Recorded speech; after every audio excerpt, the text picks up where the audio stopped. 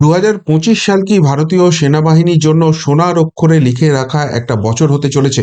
কেননা defence segment থেকে যে খবর আসছে, সেই খবর যদি সত্যি হয়, অর্থাৎ যে ব্লু প্রিন্ট রেডি করা হয়েছে স্বরাষ্ট্র মন্ত্রকের তরফ থেকে, প্রতিরক্ষা মন্ত্রকের তরফ থেকে, সেটা যদি শেষ পর্যন্ত ইমপ্লিমেন্ট করা যায়, 2025 সালের শেষে ভারতীয় সেনাবাহিনী কার্যত অপ্রতিরোধ্য হয়ে উঠবে। দেখুন, এমনিতে যদি দেখা হয় তাহলে ভারতীয় সেনাবাহিনী গ্লোবাল র্যাঙ্কিং 4তে আছে। ভারতের আগে শুধুমাত্র রয়েছে আমেরিকা, রাশিয়া এবং চায়না। সেই হিসেবে ভারতীয় সেনাবাহিনী কিন্তু যথেষ্ট রকম মজবুত জায়গায় রয়েছে। 2 নম্বর সেগমেন্ট যেটা হচ্ছে, ভারতীয় সেনাবাহিনী নিয়মিত নিজেদের আপগ্রেড করে চলেছে। বিভিন্ন যে টেকনিক্যাল আপগ্রেডেশন হচ্ছে সারা পৃথিবীতে অস্ত্র ভান্ডারে, তার যে লেটেস্ট টেকনোলজি সেটা ভারতবর্ষ ক্রমাগত নিজেদের ভান্ডারে বাড়িয়ে যাচ্ছে। 3, অত্যন্ত গুরুত্বপূর্ণ যেটা, ভারত কিন্তু যুদ্ধকামী একটা দেশ নয়। অর্থাৎ এই যেমন ধরুন পাকিস্তান কখনো ভারতে ঢুকে পড়ে, চায়না ভারতে ঢুকে পড়ে, বাংলাদেশ বলছে যুদ্ধ করব, আমেরিকা তার আগ্রাসন নীতি দেখায়। এই রকম কিন্তু আগ্রাসন নীতি ভারতবর্ষ কোনো সময় দেখে না। ভারতবর্ষ তখনই যুদ্ধ করে যখন ভারতের সীমায় কোনো বৈদেশিক শক্তি ঢুকে পড়ে এবং তাদেরকেও শুধু নিজেদের সীমা থেকে খেদিয়ে দেয়, তার বাইরে কিন্তু ভারতবর্ষ যায় না। ফলে ভারতের যে অস্ত্র ভান্ডার আছে সেটা কিন্তু সহজে শেষ হওয়ার মতো নয়। এবং সবথেকে গুরুত্বপূর্ণ যেটা হয়েছে নরেন্দ্র মোদীর জামানায়, সেটা হচ্ছে মেক ইন ইন্ডিয়া। এই যে এতদিন ভারতীয় অস্ত্র ভান্ডার পুরোপুরি কিন্তু বৈদেশিক শক্তির উপর ডিপেন্ড করতো। তারা যখন অস্ত্র পাঠাতো, তারা যে দামে পাঠাতো, বা সেগুলো যখন রিপেয়ারের টাইম হতো, সেগুলো যখন মেনটেনেন্সের টাইম হতো, তাদের উপর ডিপেন্ডেন্সি ছিল। কিন্তু নরেন্দ্র মোদী আসার পর একটাই যে থিওরি নিয়েছেন, মেক ইন ইন্ডিয়া, আত্মনির্ভর ভারত। সেখানে বিদেশ থেকে শুধু অস্ত্রই কিনছে না, অস্ত্রের সঙ্গে অস্ত্র টেকনোলজিটাও কিনছে এবং সেইটার ফলে দেশীয় টেকনোলজিতে ভারতবর্ষ তৈরি করছে।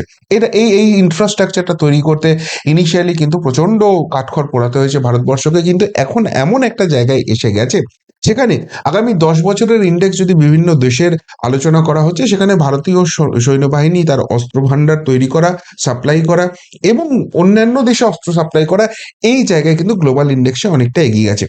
সুতরাং সব মিলিয়ে যদি দেখা যায়, ভারতের আশেপাশে সেরকম কোনো বড় শক্তি নেই যারা ভারতকে ঝামেলায় ফেলতে পারে। কিন্তু ভারতের অস্ত্র ভান্ডারটা আরো শক্তিশালী করা, সেনাবাহিনী, এয়ারফোর্স, নেভি আরো শক্তিশালী করার পিছনে একটা বড় কারণ হয়েছে। কেননা এই যে ভারত গ্লোবাল র্যাঙ্কিং 4তে রয়েছে, ভারতের আগে যে 3টে দেশ রয়েছে তার মধ্যে অন্যতম হচ্ছে চায়না। বাকি দুটো দেশ, রাশিয়া তো ভারতের সর্বকালের বন্ধু, সুতরাং রাশিয়াকে নিয়ে খুব একটা টেনশন কিছু নেই, সবসময় ভারতের পাশে দাঁড়ায়। ভারত এখন রাশিয়ার পাশেও দাঁড়াচ্ছে, মানে সেই জায়গায় স্ট্রেংথটা ভারত নিয়ে গেছে। আমেরিকা কখন কি নীতি নেবে এটা বোঝা মুশকিল, কিন্তু আমেরিকা ভারতকে সে সরাসরি ডিস্টার্ব করবে, সরাসরি ভারতের সঙ্গে যুদ্ধ করবে, এই জায়গাটায় আমেরিকা কিন্তু সহজে যাবে না। যদিও পিছন থেকে তারা সবসময় ওই পিন করার যে কাজটা সেটা তারা করে যাবে। যদি আমেরিকা বা চায়নার মতো না থাকতো, পাকিস্তান ভারতকে কি এতখানি নচ্ছারগিরি করতে পারতো, ভারতকে কি এতখানি ডিস্টারবেন্স ক্রিয়েট করতে পারতো? কিন্তু যাই হোক, আমেরিকাও কিন্তু তাও অতটাও টেনশনের ব্যাপার নয়। কিন্তু যেটা মূল টেনশনের বিষয় সেটা হচ্ছে চায়না। কেননা চায়না সবসময় একটা আগ্রাসন নীতি আছে। এবং দেখুন, যে তার নর্থ ইস্ট ইন্ডিয়া রয়েছে, অরুণাচল থেকে আরম্ভ করে ওইসব অঞ্চলে সবসময় কিন্তু চীনা সেগুলোকে দখল করে নিতে চায়। এমনকি জম্মু কাশ্মীরের দিকে লাদাখ যে অঞ্চলটা রয়েছে, সেখানেও কিন্তু চীনা আগ্রাসন দেখা যায়। এখন চীন পড়ে গেছে মহা আতান্তরে। তারা আমেরিকায় যেহেতু সরকার পরিবর্তন হচ্ছে, ডোনাল্ড ট্রাম্প আসছে, সেই জায়গা থেকে তাদের উপর আর্থিক প্রতিবন্ধকতা লাগবে, তাদের নিজেদের দেশেই আর্থিক একটা সমস্যা চলছে, সেই জন্য ভারতের সঙ্গে হাত মেলানোর চেষ্টা করছে। ভারতের কাছে এখন অবধি সেই আগ্রাসন দেখাচ্ছে না। কিন্তু চীনকে বিশ্বাস করার কোনো রকম কোনো মানে হয় না। এরা একদম কালসাপের জাত, কখন যে ছোবল মারবে কোনো রকম কিছু জানার নেই।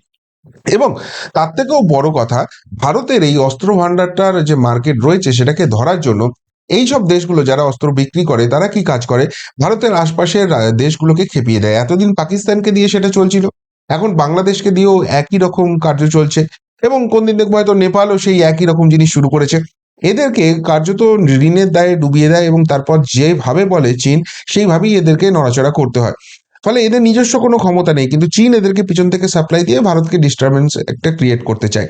ফলে সেই জায়গা থেকে ভারতের কিন্তু ডিফেন্স সিস্টেমটাকে আরো বেশি আপগ্রেড করার দরকার আছে। এবং তার থেকেও যেটা খুব গুরুত্বপূর্ণ কারণ এবছরের জন্য, 2025-এর জন্য একটা ভবিষ্যৎবাণী আছে, যে ভারতবর্ষ বা গোটা বিশ্বই থার্ড ওয়ার্ল্ড ওয়ারে কার্যত চলে আসতে পারে। এবং সেটা কিন্তু 2025-এর মাঝামাঝি সময়ে তাকালে সেই সময়টাকে অনেকে এক্সপেক্টেড টাইম বলছে। কেননা এই মুহূর্তে বিশ্বের যে অবস্থা হয়ে রয়েছে, একদিকে রাশিয়া ইউক্রেন যুদ্ধ চলছে, একদিকে ইসরায়েল প্যালেস্তাইন যুদ্ধ চলছে, মধ্যপ্রাচ্যের দেশগুলো ইউরোপের সঙ্গে একটা টাসেলে যাচ্ছে। ইউরোপে ইসলামিক যে গোষ্ঠীগুলো আছে সেগুলোর অনেকটা অনেকটা জবরদখল করার মতো জায়গায় তারা চলে যাচ্ছে। খালিস্তানপন্থীদের কানাডায় বারবারন্ত হচ্ছে। সো গ্লোবাল ইন্ডেক্স যদি ওভারঅল দেখেন সেখানে কিন্তু একটা যুদ্ধকালীন পরিস্থিতি আছে। কখন হবে, কিভাবে হবে, আদৌ হবে কিনা ভবিষ্যতের গর্বে, কিন্তু হওয়ার মতো একটা পরিস্থিতি আছে। আর সেই জায়গায় ভারতের এবারের অবস্থান কিন্তু অত্যন্ত গুরুত্বপূর্ণ হবে গোটা বিশ্বের পরিপ্রেক্ষিতে।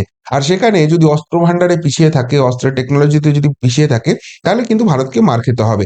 আগের বারগুলোর ক্ষেত্রেও যেরকম হয়েছিল এবারেও তাই হবে। কিন্তু ভারত এবারে যদি থার্ড ওয়ার্ল্ড ওয়ার সত্যিই লাগে, সেক্ষেত্রে কিন্তু বিশ্বগুরুর জায়গাটা ভারত নিতে পারে, এবং সেটা কিন্তু মোদী সরকারের এজেন্ডায় রয়েছে, এবং সেই জন্যই ভারত সরকারের এই আপগ্রেডেশনটা কিন্তু অত্যন্ত দরকার আছে।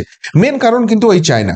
এবার কোন কোন সেগমেন্টে ভারতবর্ষ এই 2025-এ প্ল্যানিং করছে, এবং যে কারণে এটাকে বলা হচ্ছে যে কার্যত এটা একটা ঐতিহাসিক বছর হতে চলেছে। প্রথম যে পয়েন্টটা ভারতবর্ষ জোর দিচ্ছে সেটা হচ্ছে জয়েন্টনেস অ্যান্ড ইন্টিগ্রেশন। সেনা, নৌবাহিনী এবং বিমান বাহিনীর মধ্যে আরো ঘনিষ্ঠ সমন্বয় আনতে হবে, কেননা আজকের দিনে যুদ্ধ লাগলে আর কিন্তু ওই একটা বাহিনী যাবে এটা করে হবে না। একে অপরকে যদি সাপোর্ট থাকে, ওই কোলাবোরেশন না থাকে, সেই যুদ্ধটা কিন্তু স্মুথলি জেতা বা সেটাকে ডিফেন্ড করা কিন্তু সম্ভব হবে না।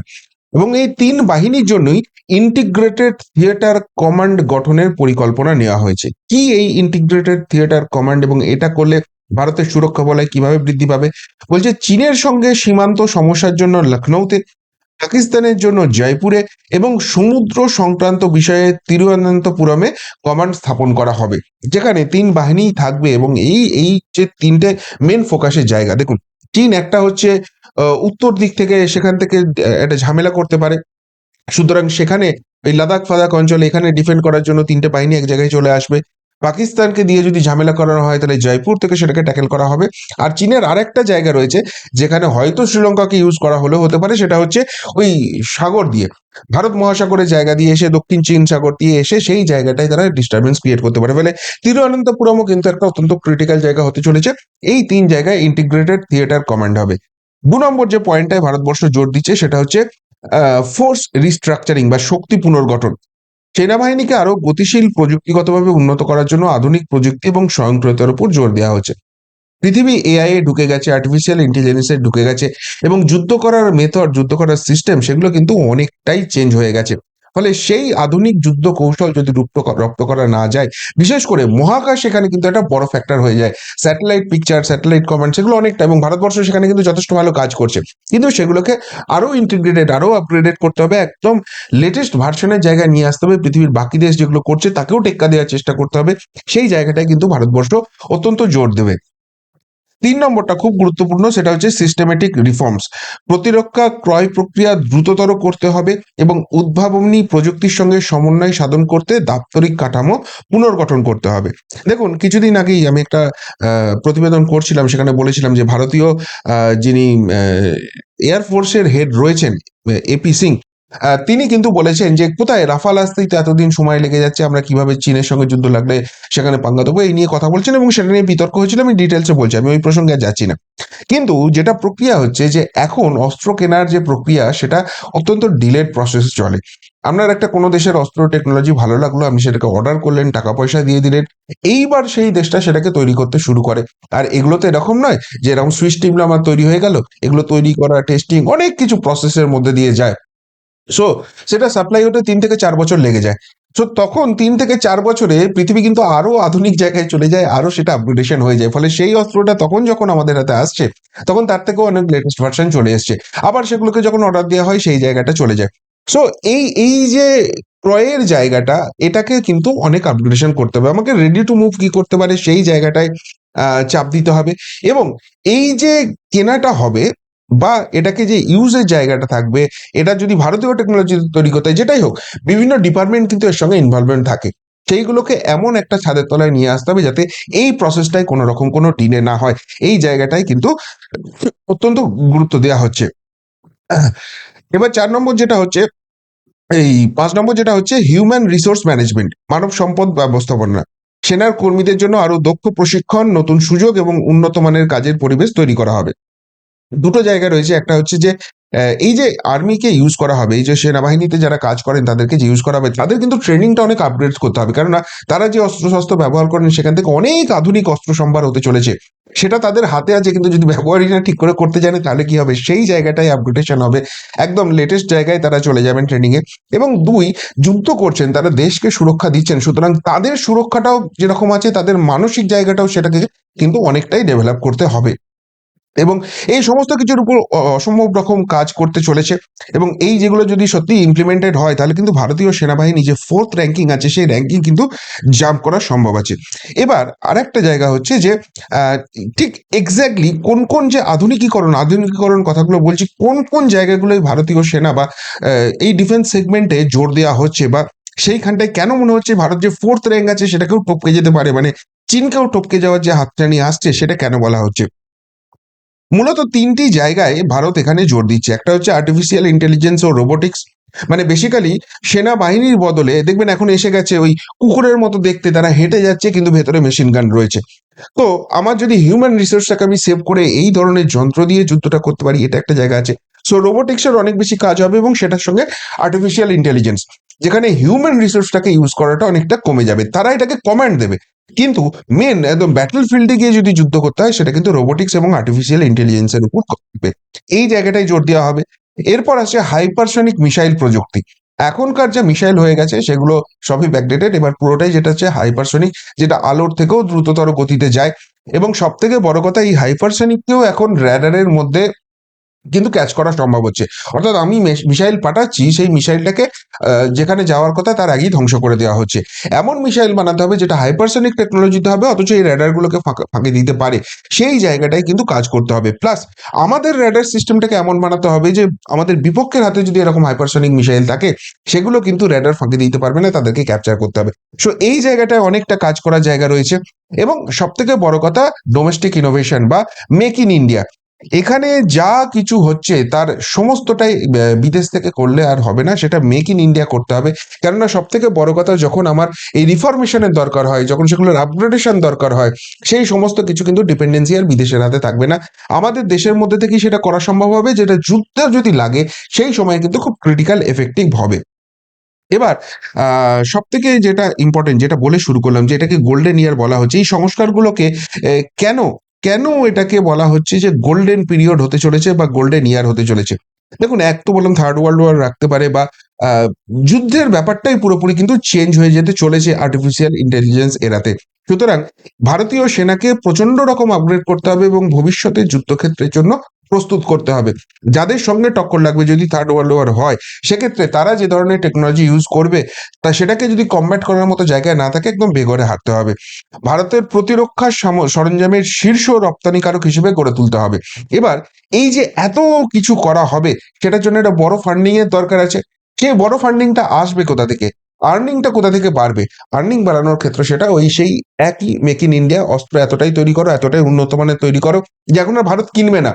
ভারত বরং অপেক্ষাকৃত যারা কম শক্তিশালী দেশ আছে, যারা ভারতের বন্ধু মনোভাবাপন্ন দেশ আছে, তাদেরকে সেগুলোকে বিক্রি করবে এবং সেখান থেকে ফান্ডিংটা আর্ন করবে। সোজা কথায় মাছের তেলে মাছ ভাজা, এই ডিলিং গুলো কিন্তু আরো বাড়াতে হবে।